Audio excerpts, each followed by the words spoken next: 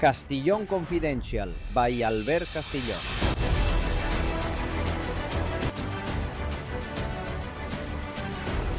Welcome, how are you? Confidentials, strength, honor, and let's move forward with the investigation and with freedom of the press. Thank you for supporting it by watching this show. Look, this is a very complicated second phase, the invasion of Ceuta.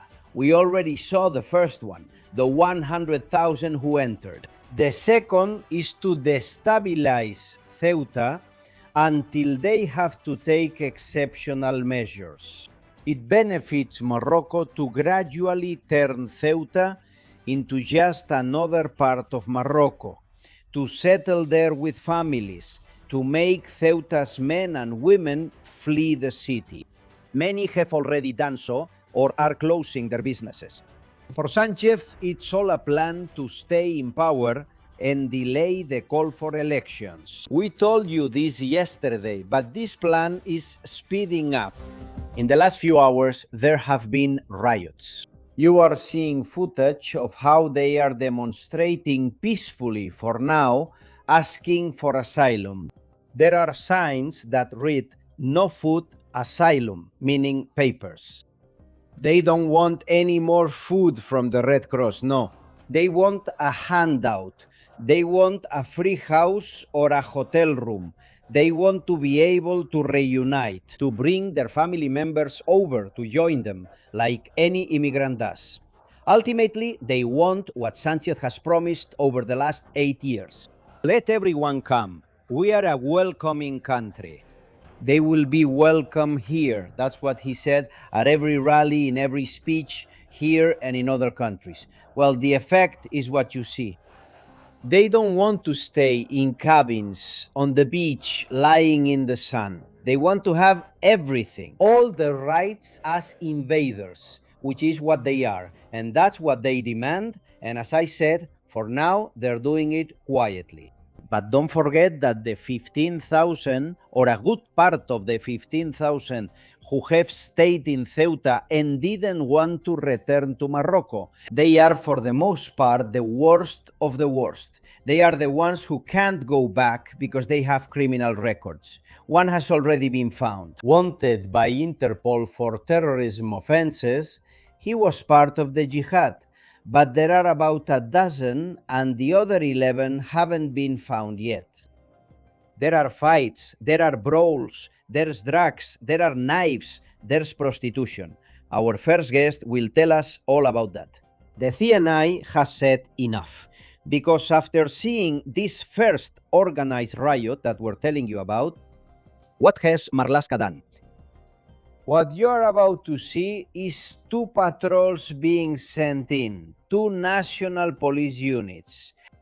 In total, about 10 officers is what Marlaska has sent to intervene if anything happened, without helmets, without batons in their hands, just in case the immigrants get offended, right? The CNI has said enough. They've put their foot down. And they've requested that overall command be transferred from the Ministry of the Interior to the Ministry of Defense. The Spanish intelligence agents stationed in the area are demanding that Marlaska stop overseeing what's happening there. They say in private that it's a disaster, that it's obvious he doesn't want to take action, that he's just letting things happen. He must know that they found him in the Pegasus to act this way. And they are asking for a state of emergency to be declared in Ceuta. That would mean, for example, a midnight curfew. That would mean checkpoints, searches, and limitation of fundamental rights, of course.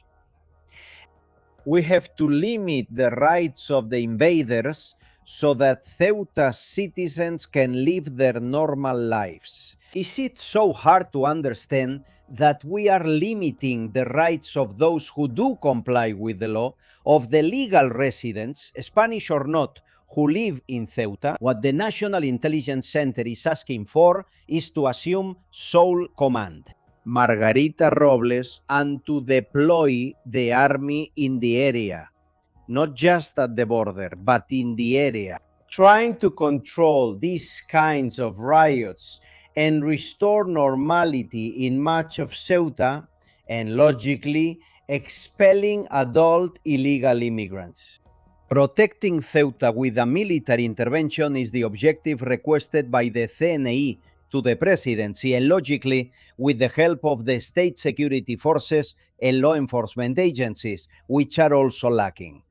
But now, the one who would order how many should go would not be Marlaska, but Margarita Robles, and they consider that to be more trustworthy. It's true that Margarita Robles also had her phone spied on, but they barely got any information, just a few gigabytes, only some photos and a few reports. Remember, Marlaska had almost 7 gigabytes of data. They got more private information from Marlaska than from Sanchez himself. In those internal reports, which we've learned about on this program, the CNI makes it clear to the Office of the Prime Minister. I'm reading verbatim. This situation cannot remain in the hands of the Ministry of the Interior for even one more minute.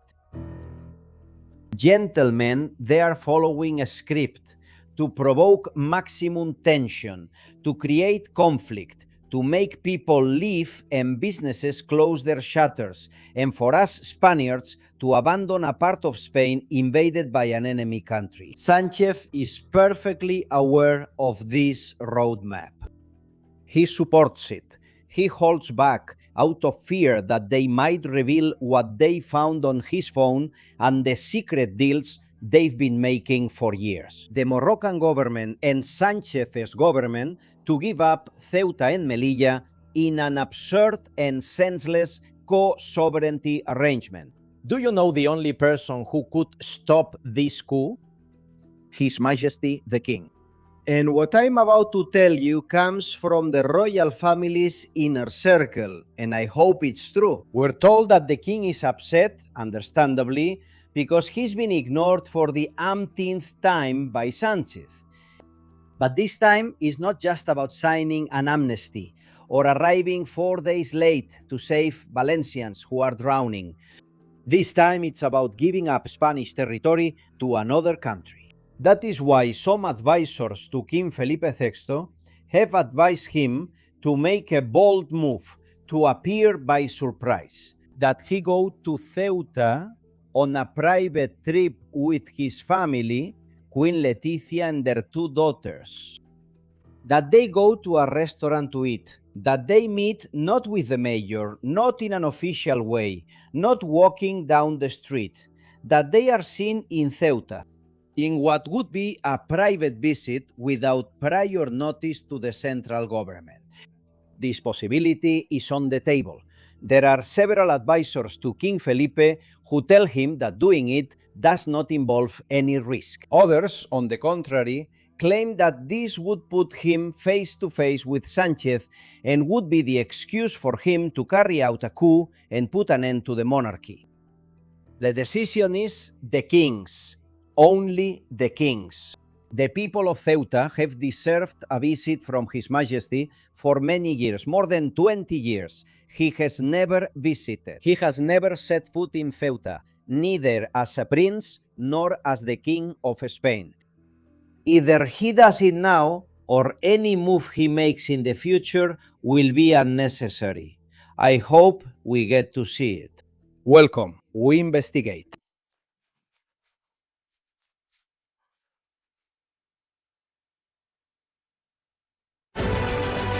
Castellón Confidencial, by Albert Castillón.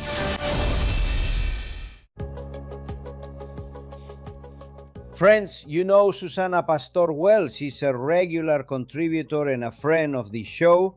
She knows Ceuta perfectly. She travels to that area a lot. Her partner, who is of Moroccan origin, has his whole life there and has even had businesses in Morocco. She has been to Ceuta and has brought a lot of videos and images that we want to see with her, because the situation in Ceuta is anything but normal. Susana, how are you, dear? How are you? Hello, Albert. Well, as always, thank you for giving us a voice because, it's always important to give a voice to those who don't have one. Well, for me, the most important thing. The Civil War confirms, as of today, 15 reported rapes in Ceuta. Most of the victims are underage Moroccan girls. Do these numbers add up to you? Look, I arrived in Ceuta on August 2nd, okay? And I sleep right below the migrant center. There's a ravine, the migrant center is up above, and below there's a ravine. That's where most of the immigrants who had entered irregularly were staying, okay?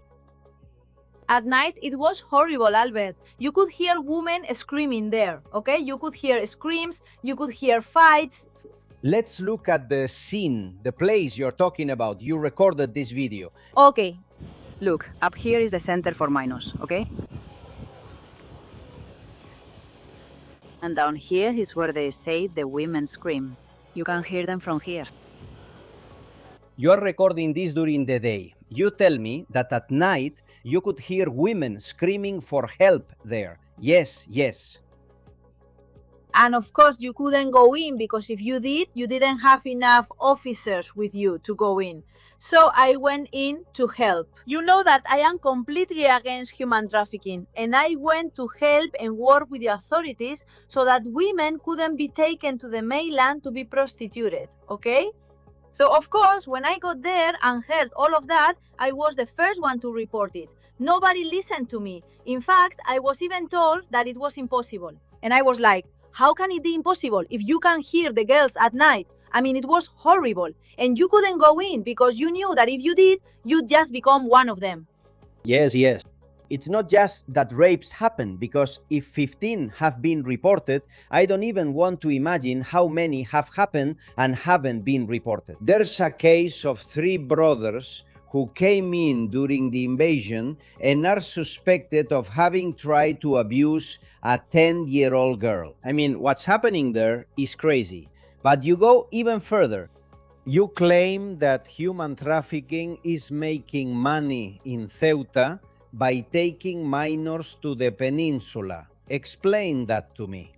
In fact, I want to ask Mr. Pedro Sanchez. Mr. Pedro Sanchez, you say you want to abolish prostitution because you don't want human trafficking in Spain, when it has been proven that there isn't any in that area. Are you really encouraging human trafficking in Spain? Are you encouraging it? Are you allowing it? Because in Ceuta, there is human trafficking. And that has happened partly because of you. Explain to me, what do you mean? Because what happens there now is that obviously when there are tragedies, the mafias profit from all of this. Here's what happens. In that same ravine, if you went down, the sea was right there. There were some stone islets, okay, in the sea. That's where the immigrants would go. They would jump 300 meters, and there was only one Civil War patrol. And from 300 meters out, they would pick them up with a jet ski or a boat and take them to the mainland. If I, who am just an ordinary citizen, have seen that, how the hell, and excuse my language, haven't the authorities seen it? Or is it that they don't have orders to protect the mainland? I don't understand anything. The only thing I know is that I've been working as a prostitute for 15 years, and I've never seen human trafficking. And in Ceuta, I've seen things I never would have imagined, because it's a battlefield. It's a war zone. It makes you want to cry, because I don't care where they're from. But you can't play with people, no matter if they're from Africa or England. I don't care, you can't play with people. And there really is human trafficking. And then I see Mr. Marlaska. He comes one day and says that everything is fine. I go to the border to see if things are really fine because I'm super nosy. What can I do? I can't help it. When I go to the border, yes, the border is fine. In fact, I even post an ironic video saying, I don't know why people complain. The border is fine. But when you went to the Principe neighborhood, when you went to Trampoline Beach, when you went right under the Feti, which is where I used to sleep, it was terrible at night. Drug trafficking, human trafficking. If they were selling alcohol, I don't care. Nightclubs here also sell alcohol, but you need a license. That was just a camp they set up. Also, another thing, everyone says Moroccans. No. Moroccans Senegalese people, Pakistanis. I even knew people from Palestine. What's happening? That we give asylum to people of color. And now they can call me racist if they want. But actually, where I was, the area where I heard the most shouting was where the people of color were. And those are the ones who are going to get asylum. Thank God, and excuse the expression, they still have appointments for June. So you're saying it's August, and some people had June appointments, since you could hear their numbers being called? So what, I also, a year of waiting, I had to put up with this. I mean, sleeping in the woods. You say you saw people being picked up from Ceuta and taken to the mainland by dinghy, speedboat, or jet ski. Are you referring to women being brought in for prostitution? I didn't see women picking up other women, but I do know from information I have, because you know I collaborate, that minors are arriving on the mainland, and that those same sons of bitches from that country are the ones bringing them into the mainland to prostitute them. Let's put a stop to this already, please, because then they accuse us when here in Spain, thank God, they went in brothels or trafficking. And today, allegedly, the government of Spain is encouraging it. What you are saying is shocking. We've seen a video of yours, and you're seeing images now that were recorded in Ceuta by Susana Pastor. There's a video where you can see a bunch of boys, we're watching it, rummaging through a metal box. What are they looking for? What is that? Well, it's food, water, the food they get by asking around. Others obviously take it and steal it, and honestly, I would do the same, because if I needed it to eat, I would do it too. But that's not the saddest part. The saddest part is that when you go to neighborhoods like El Príncipe, okay, you see that people are being charged 35 or 40 euros a day to be put in a warehouse where they don't even have ventilation or hardly any water. And they keep them in there, sometimes with 40 or 50 people. And nobody reports that either. So what is that?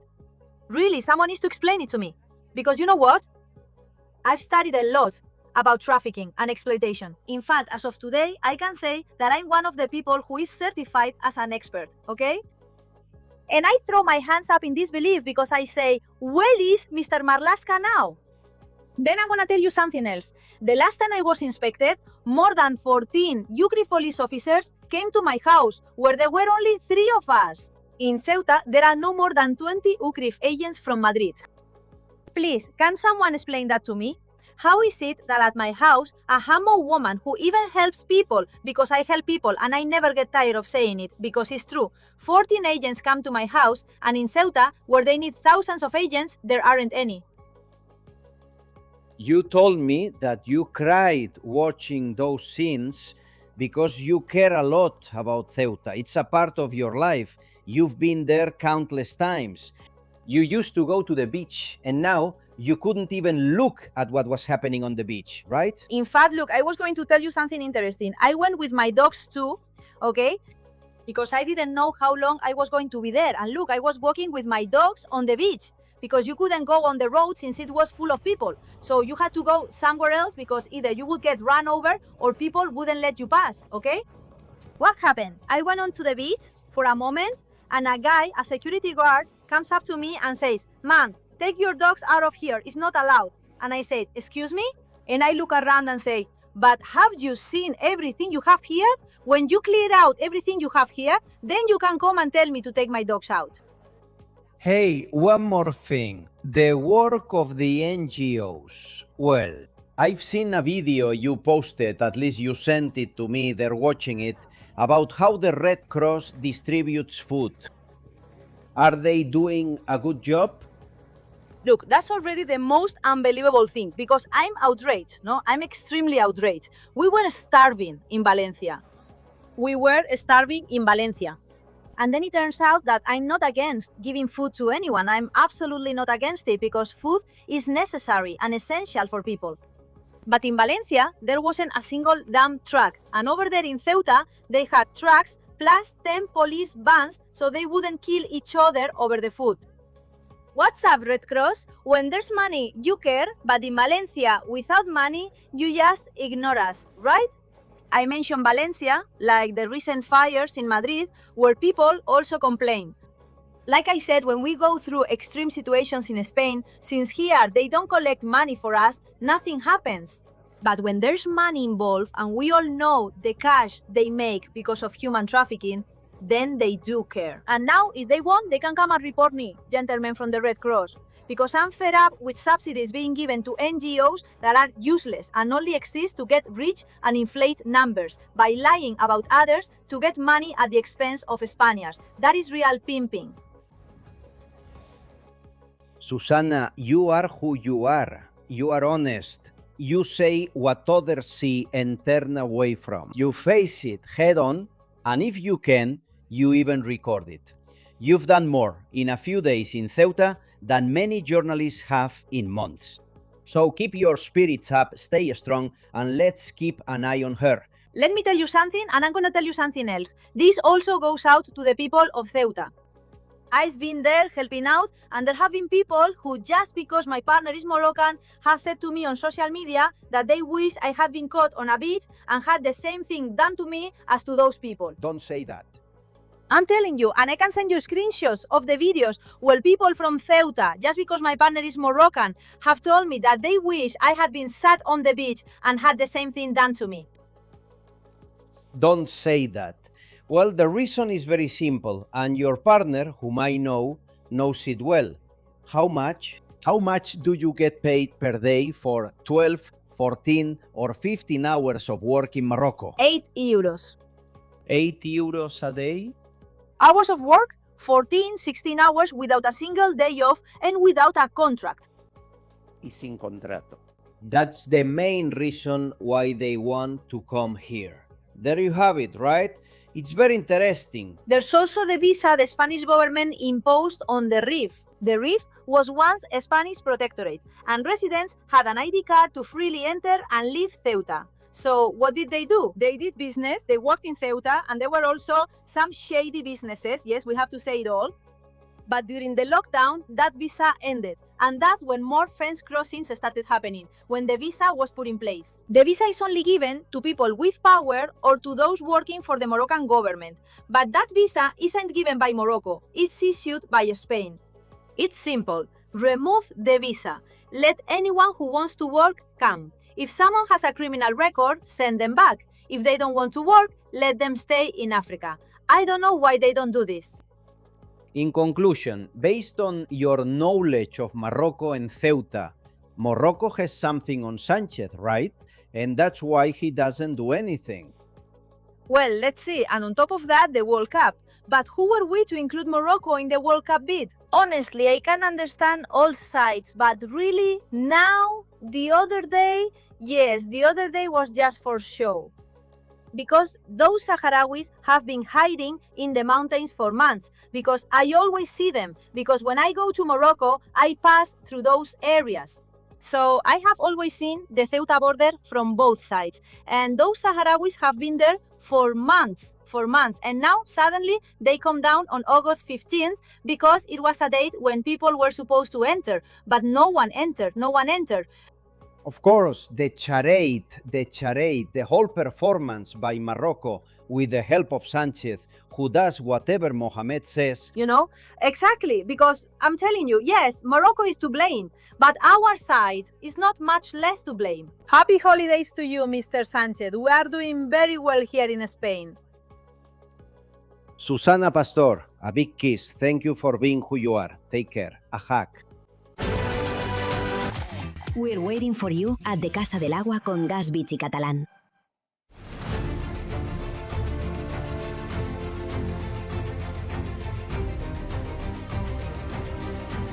And by the way, friends, yesterday Sanchez once again had a meeting from La Mareta with ministers pretending to be concerned about Ceuta, which is a lie. In the first meeting, this photo was widely discussed.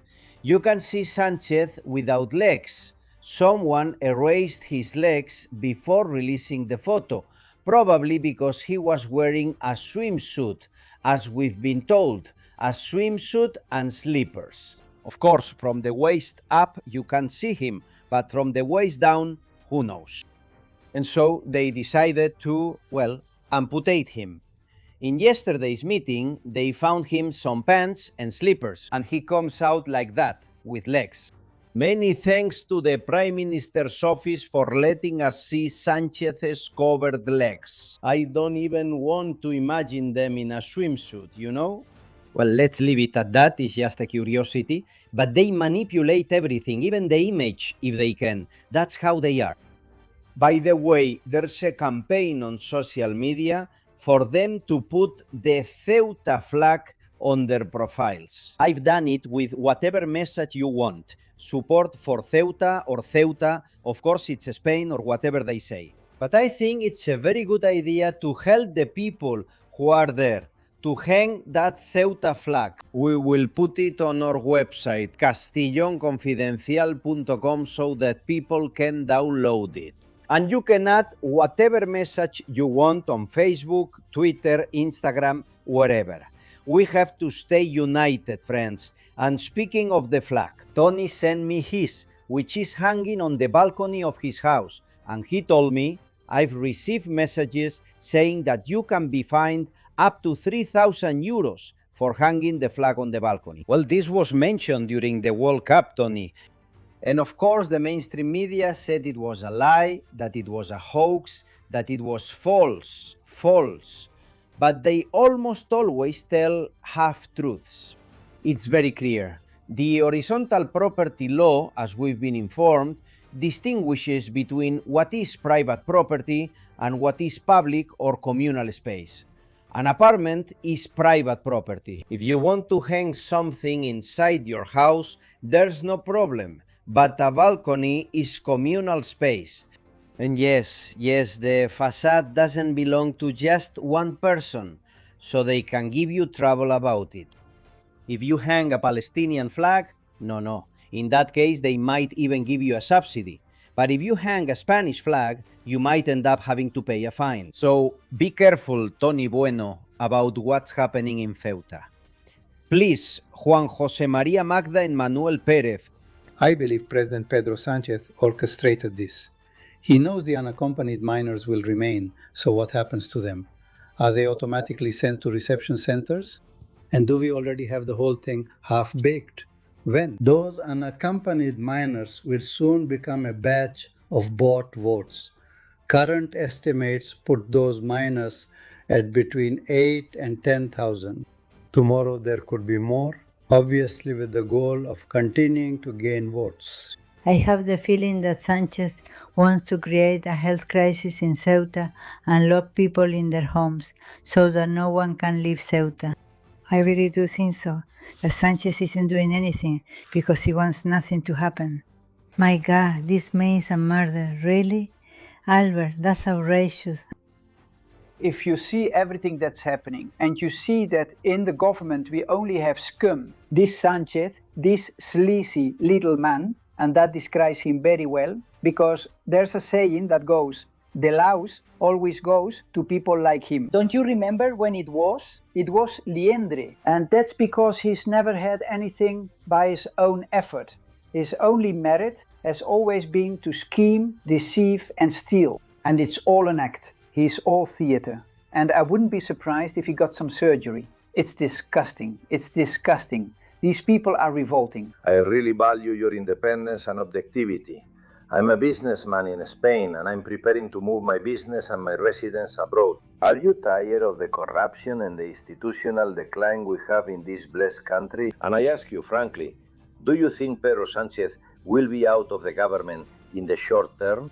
And that everyone who has committed crimes, that is all his ministers and everyone around him, will end up facing justice? Thank you for your work. Best regards. Thank you, Manuel. Well, no, I don't think so. Neither the first nor the second. Some will end up. Well, he already has a minister in jail and his right-hand man in the party. Some more will go to prison, including the president of Congress as a possibility. But Sanchez will be around for a while, I have no doubt. And if he leaves earlier, it'll be because he has a plan to come back. Don't let your guard down. During this segment where you were listening to opinions, we've seen images. These are from yesterday and the day before. So this is what they call normality in Ceuta.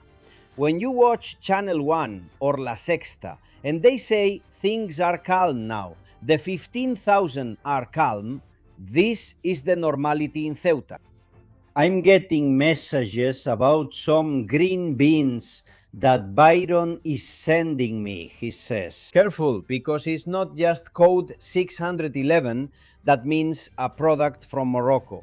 Here it's 843, which is a prefix for a Spanish product. Look closely, then it says original product from Morocco. If the codes at the beginning of the barcode aren't very accurate, it's better to go to someone you trust. And I wish the labeling would require us to say what we have to put, right? You know that here we support completely stopping any purchase of products from Morocco, and if we could, we would impose tariffs on them. Since he sends me this confidentially, he says. If Israel invades Gaza, we don't participate in Eurovision. But if Morocco invades Spain, we organize a soccer World Cup with them. About the king and why doesn't he do anything? Rosy Mark. I want to ask a question to one of the panelists with you. It's always said that the king's hands are tied, that he can't do or decide anything, can't lift a finger, can't do anything, and that they're forbidding him from doing everything. And my question is the following. What happens if he does it? I mean, what happens if he really takes a step forward and does what is expected of him? Will he be fired? Will he be punished? Will he be kicked out of Spain? I mean, I would really like to know exactly if the king can or can't do it. Will he do it? We're talking about the military taking a step forward, not following the unjust orders they're being given. Look, regarding this about the king, look, forgive me, that the constitution ties his hands, that this isn't acceptable, that the government has to authorize him. Look, the king should take action. The father was what he was, but at least he had something, he had some guts. This one has to take action, whether it's private, public, whether he does something or not.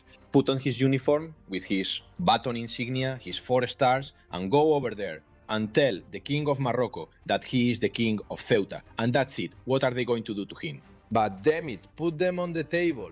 Go to Ceuta, which is Spain, and as a king, nobody has to tell you what you have to do or where you have to go. I agree with you, Marky. In fact, I know for a fact that they're considering it, that in Zarzuela they're thinking about whether to take the step without permission and as a private trip, not an official one. That is, they show up there on a Saturday or Sunday and go eat at a restaurant in Ceuta, kind of like what they did in Paiporta. What would he do if he made it an official trip? Come on, Sanchez says it's a coup d'etat and that the monarchy has to end, and he cuts his throat. I have no doubt. And the question is, do you think many Spaniards would take to the streets to defend the king? I'm not sure after signing the amnesty in 5 seconds. I'm really not sure. Well, more messages. I'm getting a slogan, a Spanish flag, and this text, "The people save the people." Next march to drive out the invader. We'll let you know. I don't know who's organizing it, but having a march in Ceuta seems like the most logical thing in the world to me. Not with violence, but with firmness, because those two things are not opposites. The state of Spain is a failed state. Guerrero, Paulina, and Carlos. Everything is lost, trash. This is already the 78 regime, and soon we'll be able to call it a failed state. And the fake opposition is in the last throes of the regime. Either we change the regime or we change the politicians. Let's see if there's a regime that can be upheld by the courts. Let justice be watched over by justice, by the judges. And let the police work for the people, not for the politicians. And the judges too. Let them truly be independent, all of them, so they can guarantee the freedom of others.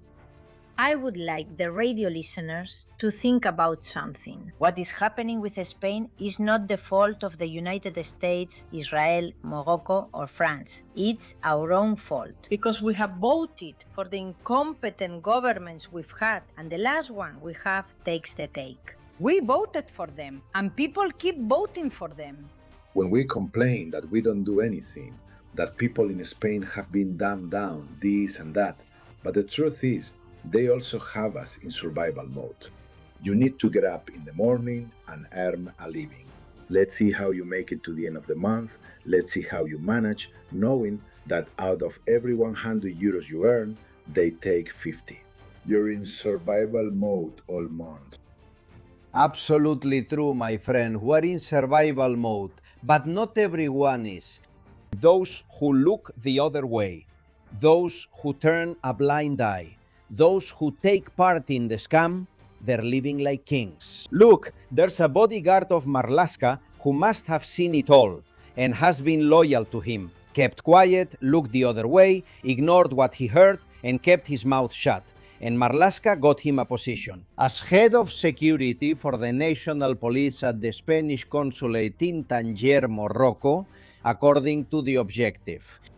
Did this appointment happen through favoritism? This favor, for services rendered weeks before the invasion began, will earn him 12,000 euros a month. It's not the first time that Marlaska has rewarded bodyguards who are very loyal to him. Well, those who kneel before him, I hope it's before him, it's not the first time. Avalos, for example, had a bodyguard who was also loyal to him, who kept quiet about the corruption and the prostitutes in the office. Well, he's now stationed at the Spanish embassy in Cuba, in Havana. And the same goes for high-ranking officials from the Treasury, who did favors for Sanchez's circle and for Zapatero and have been rewarded. For example, this woman, Soledad Fernandez, is the main one. She was the director of the tax agency.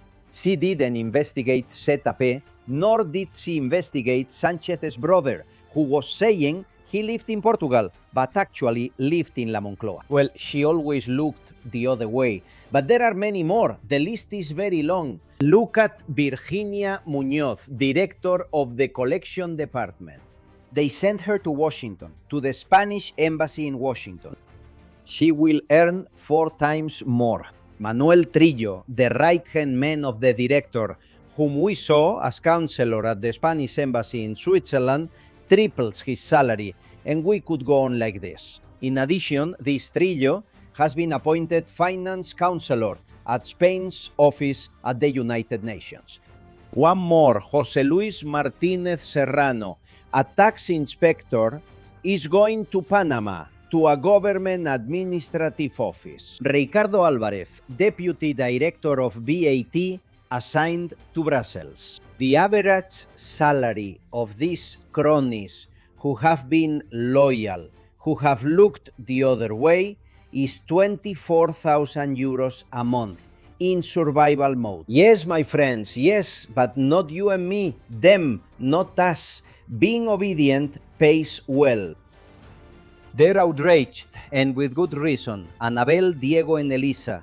She's a doctor, and I just feel like nothing, because it seems like nothing is happening. People are pretty much the same. I just can't wrap my head around this, really. I don't know. But we all, as Spaniards, have to do something together to show the people of Ceuta that we are with them. Of course, but it's not just about the people of Ceuta feeling supported by us. We need to start a movement to completely shake up the government and be able to overthrow it.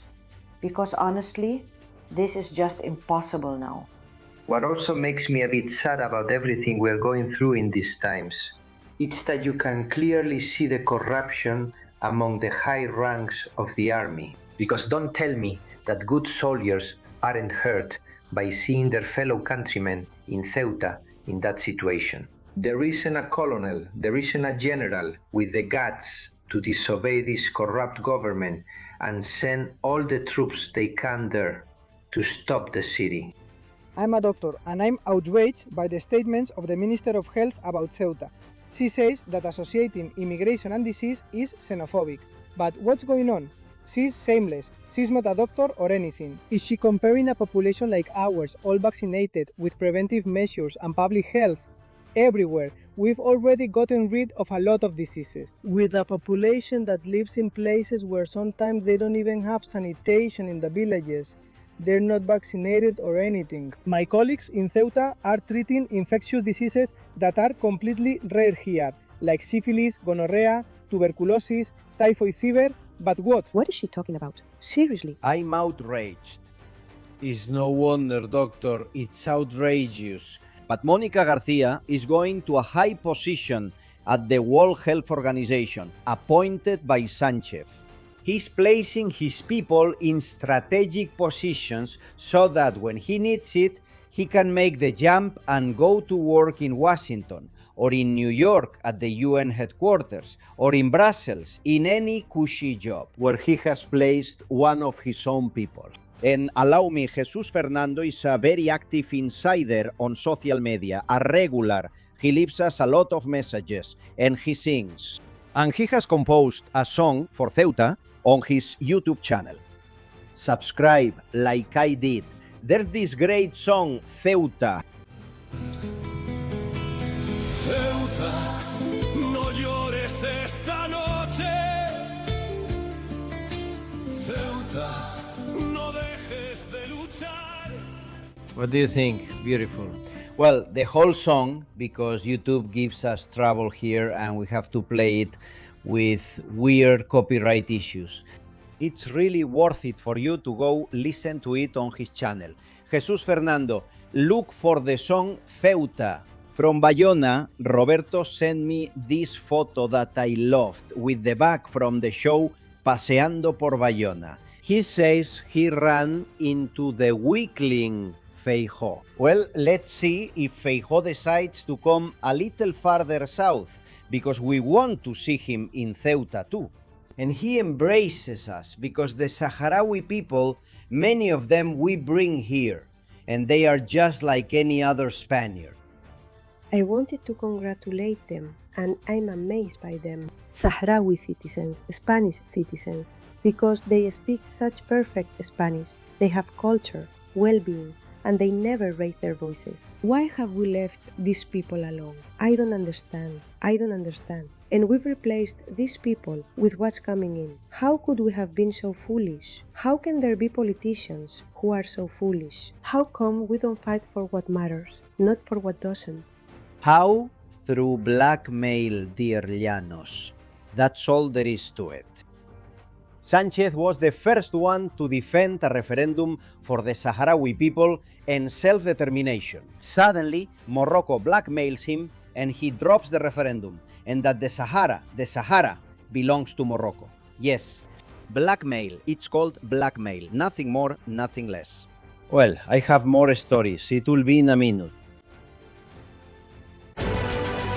593, 9,159,391. Completely trustworthy.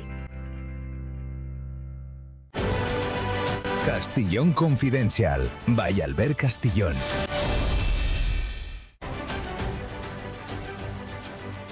Friends, don't think that only Spain has problems with its presidents and heads of government. Look at the cover of Paris Match. Yes, that's Macron on a jet ski. They caught him on a jet ski, surfing, practicing water skiing. And of course, in France, there's also a wave of fires, just like there is and will continue to be, hopefully not for much longer, in Spain. And in France, this hasn't gone down well at all. Macron tries to criticize Paris Match's actions by saying it was a private leisure space and they couldn't photograph him. A bit like what everyone does. Let's go to the newsroom. Latest messages. Susana Gas, tell us. We're still here, Albert, in the Castillón Confidential newsroom, receiving lots of messages and comments, as always, from our loyal Castillón Confidential followers. Many are on vacation. For example, Ana Maria says that families can't really have children because it's too expensive to support them. But the PP and PSOE welcome unaccompanied minors and others, and they support them and their families too. And I mention PP and PSOE, as well as Esquerra, Junts, Compromís, Bildu, and Más Madrid, because in reality, they are all exactly the same. On the other hand, Elena says that she has always been in favor, she tells us, of the monarchy, but now she's constantly torn. It's totally useless. More than that, it really bothers me to have such a useless king for the country who isn't able to stand up and help in these situations. Francisco says that all of this that is happening to us should be included in history books, from the earliest school years to university, from the age of 18 for Spaniards. We have to remember that Sanchismo abandoned us. It has abandoned the whole country, and now, in this case, Ceuta, which needs it more than ever. Maria Jesus says, Ceuta and Melilla are Spanish, so politicians must defend them. Let's see if they work harder. Sanchez, elections now as soon as possible. Let's see if we can get rid of him. Fernando says that the king deserves all the reproaches that any Spaniard can make at any time because of his complete uselessness. He doesn't help us, he doesn't stand up, and he does nothing. Why do we really want him? Maite says that the European Union is absolutely a joke. And this is the last one. M24 says, thank you very much to Albert Castellón and his whole team for being on the front lines all summer with those clear and reliable news reports. And we'll leave it here, Albert. I want to invite everyone to visit our digital store, which is castellonconfidencial.com/tienda. You can find everything there from Albert Castellón, mugs, t-shirts, caps, and also confidential confessions items, caps, fans, whatever you want to choose is at castellonconfidencial.com/tienda. Thank you, Albert. Thank you very much, Susana. And remember, soon we'll be getting the caps in English or Spanish, like the one worn by the person who scored the goal, our most distinguished Valencian, Ferran. That magnificent cap that Donald Trump also wore. Make Spain, this time, not the United States, make Spain great again. We are putting this cap on sale with the intention that as many people as possible wear it, in English or in Spanish, or both. Email albercastellon-7@gmail.com. We also provide information there in the online store, and there's a phone number. I know there are people who aren't very good with email and online stores. Well, listen, just ask for it. You can order anything you want from the store at 638-606-811. You're seeing it on the screen, and we'll be happy to help. By the way, a confidential source from Ceuta reminded me that tomorrow we'll talk with some more residents of Ceuta. He says that in the last municipal elections, the PP won here. Yes, Juan Vivas, but the party with the second most votes was PSOE, the third was Vox, and the fourth was an Islamist group led by a Muslim woman. What did the PP do? They didn't join forces with Vox to govern, no. They teamed up with the PSOE and the Islamist group and isolated Vox. He left Vox like that thing they say, I can't stand the phrase, like a circle. They created a cordon sanitaire, no. They isolated Vox so that it wouldn't be in the government of Ceuta. Enjoy what you voted for, we could say now. Thank you. And one more message. There's a friend who has a checking account at Banco de Santander in the town of Renteria, and he lives in the Philippines. He has a problem with the account, and at Banco de Santander in Renteria, they only tell him that to solve it, he has to go to the bank. Look, can't they understand that this just won't work? He lives in the Philippines, and to solve the problem, he can't go to Renteria. Please help us, Victor Enrique Mateos Cid. That's the name of the friend. Victor Enrique Mateos Cid. That's enough, please, Santander. Make a little effort. The money you earn should justify taking special actions that aren't just come here or we won't solve your problem. Thank you, Alejandra, for your words. Hello, Albert. Thank you for your effort, for continuing to be there on the front lines, holding the fort. A big hug. Thank you, my friend. Well, speaking of effort, gentlemen, Arguiñano, this is from Enrique. Now that's what I call a real election rig by Sanchez. Thank you. Today I'm bringing you a finger-licking good dish. It's called the PSOE 2027 election rig, the favorite dish of every good socialist. First of all, we add about 200 grams of the grandchildren law and stir slowly until we make sure those grandchildren vote for the PSOE. We let it sit for a few minutes and add about 250 grams of fast-track naturalized citizens, stirring gently until those newly naturalized are soft and ready to vote for Sánchez. Then we add about 400 grams of people who depend on the minimum vital income, also known as the vital, and mix until it becomes consistent and benefits the PSOE. And finally, we add about 500 grams of mail-in votes to the mix and let the rigged stew rest for a year. And that way, we'll be sure that Pinocchio Sánchez wins the elections as God intended. And to finish, I leave you with a little joke that will make you laugh a lot. There was a man so dumb, so dumb, so dumb. One day he met Pedro Sánchez, and Pedrito pulled out his jan, peed on his face, and on top of that, the fool thanked him and voted for him. Oh, if it were just one, there are more than 3 million who do that. Well, today we show you the mysterious story of the photo of Sánchez without legs and with legs in La Mareta. Well, the friends from Barrio Sauna have made a wonderful gag. Angeline sent it. The situation in Ceuta is very delicate, and we believe there's a real chance an invasion like the previous one is being planned. Yes, it's definitely a complex issue that I'm fully focused on. Sánchez is being controlled. Don't worry. I'm a bit hoarse. Go on. Well, as I was saying, President, we think we should dedicate more resources to President. He fell down. What's wrong with him? Damn. The puppet slipped from my hand. Let's say Mr. Sauna, the writer, fainted from worry about the events. Now I'll try to reattach the strings without anyone noticing. Guantanero, 4 eyes! What's going on with my puppet? Don't worry, Sanchidad. It's just some minor technical problems. Javier Bolaños, you're incompetent. Must I do everything myself? I bet you're giving me worried looks often, right? At least I've put that worry pout on you 15 times. Mr. Petulant, worried faces. How just 15, 4 eyes? That's too few. I built my political success on this worried pouch, idiot. President, did you fall asleep? What's wrong with you? Please, President, wake up. Well, that's the only thing Sánchez still needs, a body double. Since every dictator in history has had a body double, he wants one too. Well, Sánchez with Mohammed VI. José Carlos is sending it. Let 60 or 70,000 come in, but we'll say they're going back to Morocco, so no one notices. I'll give papers to all of them, right? Right. I'll also say that I want them back, but I don't want a single one. That way, it'll seem like they're getting rid of them.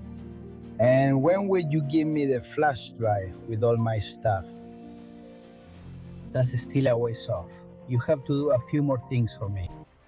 More things. And he puts his hand on her knee. Careful. Well, one more. Gentlemen, Pascual sent it to me. Imagine a bus that says, I love Sánchez, full of supposed artists who adore the supreme leader and go to La Mareta on vacation.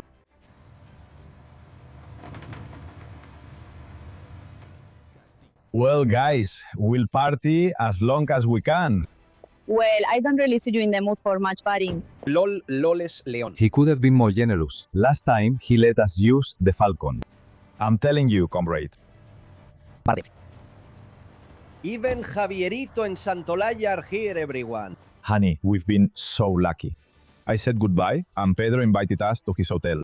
Of course, honey. There had to be some benefit to kissing his ass for so many years. Thank you, of course. Makes sense. It's been many years. And they open the door to La Mareta, and someone appears. Gracita Morales. Well. Oh, what does? Duh. Young man, it's crazy. And finally, Abraham Gomez from Tenerife has shared a new reflection. He's been very active this August. Let's listen.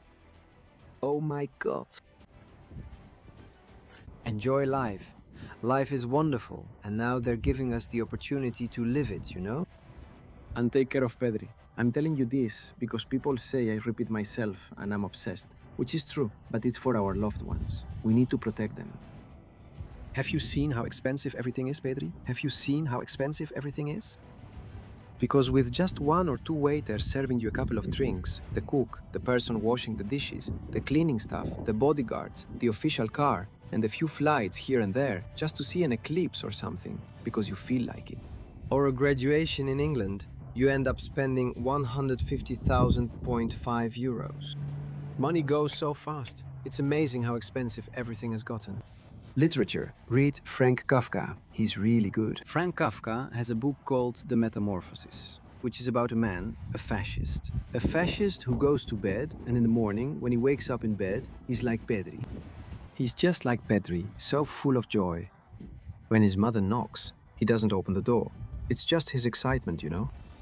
So we have ways to have fun, hobbies, tons of Sudoku. I'm telling you, if someone wants to suffer, it's because they can. It's because they can. So yeah, it's not an obsession. It's pure love for Pedri, and we have to keep defending him. Because I'm telling you, you're having a hard time, Pedri. It's rough, but don't worry. Enjoy what you can there. Enjoy what you can there at the Amaretti, in Amaretilandia. And we'll see what happens next. I think a better life will come. Kisses. Well, the video is longer. You can watch the full version on the YouTube channel of my friend Abraham Gomez. Subscribe. By the way, in Kafka's The Metamorphosis, which I'm sure you've read, at least in Spain's old EGB school system, it was required reading, the human turns into a disgusting insect similar to a cockroach. I mention it because Abraham says what Sanchez has turned into. Well, I'll leave it at that. That's probably for the best. More tomorrow, friends. Thank you for being there. Thank you for your donations and your help. A hug to Vicenta Martínez García Concés. You are my coffee, Manuel Martín.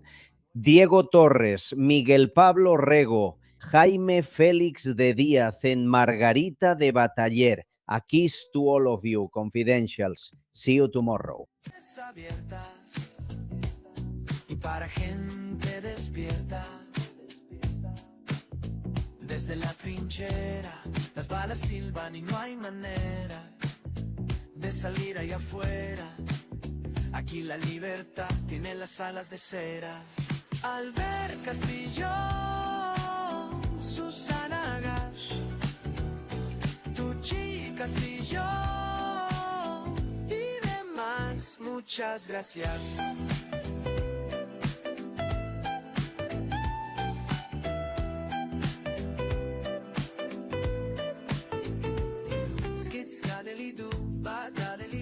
Con esto y un bizcocho, hasta mañana a las 8. Castellón Confidencial by Albert Castellón.